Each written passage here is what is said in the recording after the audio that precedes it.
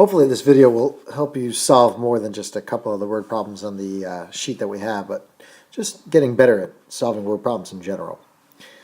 Number one, I'm just going to kind of zip through this with you. Read the problem once through without stopping. That's the key. Just read the whole problem. Then read it again and extract out the critical information. Number two, this is the most important piece now. Identify or define which variable is the independent variable and which is the dependent, and in context.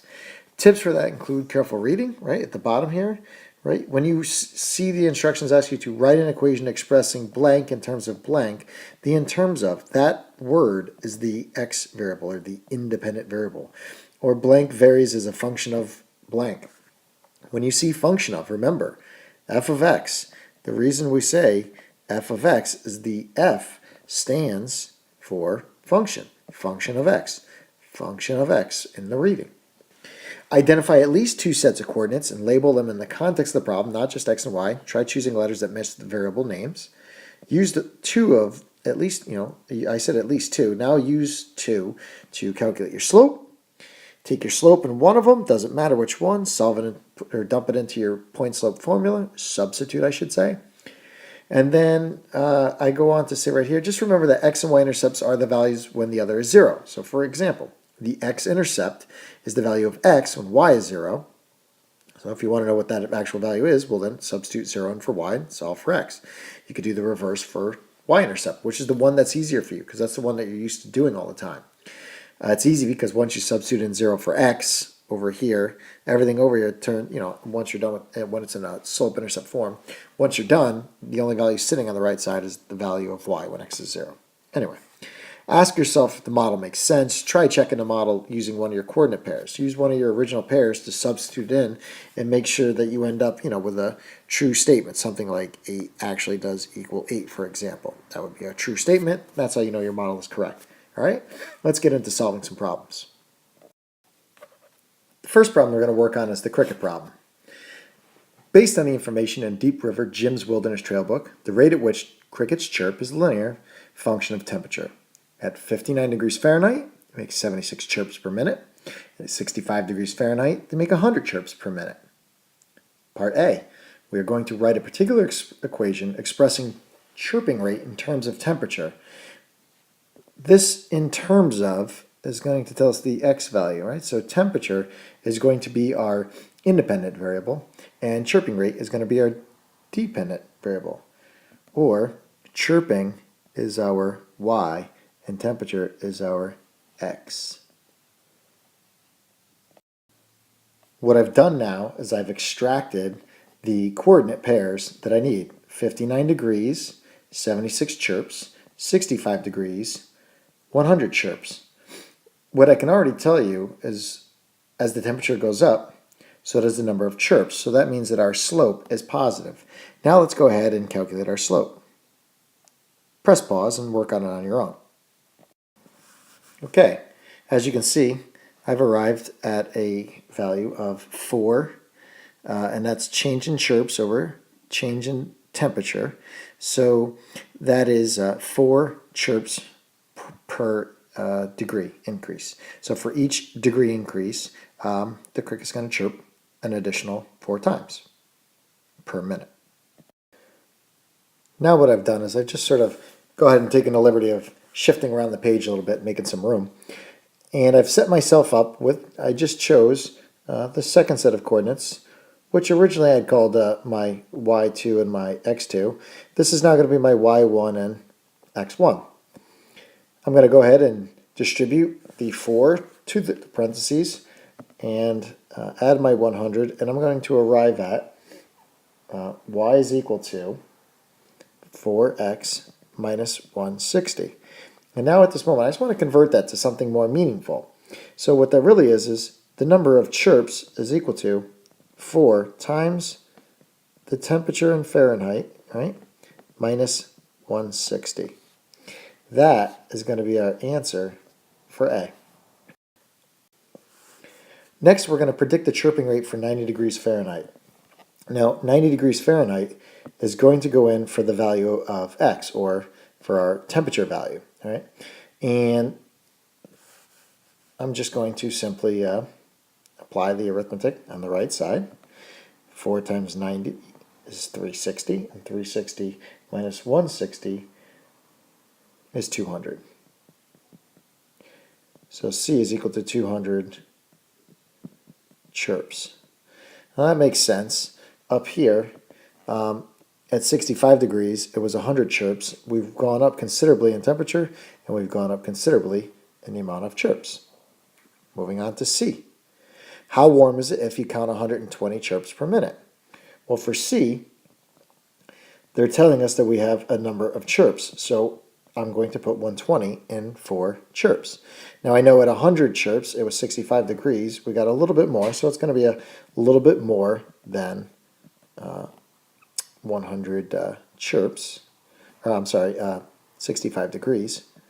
And this is my setup. Again, 4 times x, or 4 times the temperature, right? Or 4 times your degrees Fahrenheit, whatever one you want to use, any of those work. Now I add 160, and I'm going to get 280 is equal to 4 times my x value. And I'm going to arrive at an answer of, when I divide by 4 on both sides, and I know I'm getting a little sloppy here, I get an x value of, or a temperature value of 70 degrees, which makes sense. That is warmer than 65 degrees, but not too much warmer, so that's a reasonable answer. D, calculate the temperature intercept. The temperature intercept is the value of the temperature when chirps is 0. So all I'm going to do is just set chirps equal to 0 and solve for that temperature value, which is essentially 160 divided by 4. So that temperature is 40 degrees Fahrenheit. Okay. Now, when I think about that, it's just basically saying, when is it too cold for them to chirp? Okay, that's number 5 in all of its glory. Let's move on. Number 6, cost of owning a car problem. The number of cars, dollars per month it costs you to own a car is a function of the number of kilometers per month you drive it. Based on the information in an issue of Time magazine, the cost varies linearly with the distance and is $366 per month for 300 kilometers per month and $510 per month for $1,500 kilometer per month. So essentially we're just saying how much it costs is based on how far you drive it in a month. Write the particular equation expressing the cost in terms of distance. So again, in terms of distance, when we see that in terms of, they're about to tell us who's the x, or the independent variable. So distance is our x. So let's go ahead and extract our 2 sets of coordinates. As you see, I've extracted my sets of coordinates already, and I've gone ahead and take the liberty of calculating a slope. Now, let's take a quick, close look here. This is 0.12. Now remember, our y value is dollars, our x value is kilometers, so this is expressed in dollars per kilometer. So this is essentially 12 cents per kilometer. Okay? For every kilometer you drive, it's going to cost you an additional 12 cents. Go ahead, press pause, and write the equation, and check back in. Again, I've taken this all the way to the end, and this is what I would prefer to represent as my final answer for A. The dollars it costs to drive the car is 12 cents times the number of kilometers plus 330. Okay, now let's see if we can answer C first. Predict your monthly costs if you drive 500, 1,000, 2,000 kilometers per month. So for C, all we're going to do is just predict dollars. So since dollars is the amount we're predicting, that's still unknown. The first part is going to be 0.12 times if you drive 500 kilometers plus 330. And you're going to keep doing that for 1,000 and 2,000 kilometers. And you're going to get dollar amounts. Now, if you look up at the top, we have a good point of reference. At 1,500 kilometers, we spent $510. So for 1,000, kilometers, it's going to be less than $510. At 2,000, it should be more than $510. And for the 500, it's going to be somewhere between the 366 and the 510. That's how you know if your answers are reasonable there. Okay, so now we move on to D. About how far could you drive a car in a month without exceeding a monthly cost? So again, they're asking me how far. So I'm going to go back to my original model here, and I'm going to say, oh, that means that I don't know kilometers, but I do know how much I spent. So I'm going to use the 600 out in the Y value because that's my dollar variable. 600 equals 0.12 times, I don't know kilometers, plus 330. I'm out of space on the end here. And then I'm going to finish solving for kilometers. First thing I'm going to do is subtract my 330 and then divide by 0.12. Just order of operations, nothing biggie. And for E, what does my slope represent? Well, if you had listened carefully, we had already talked about that one at the beginning of this slide.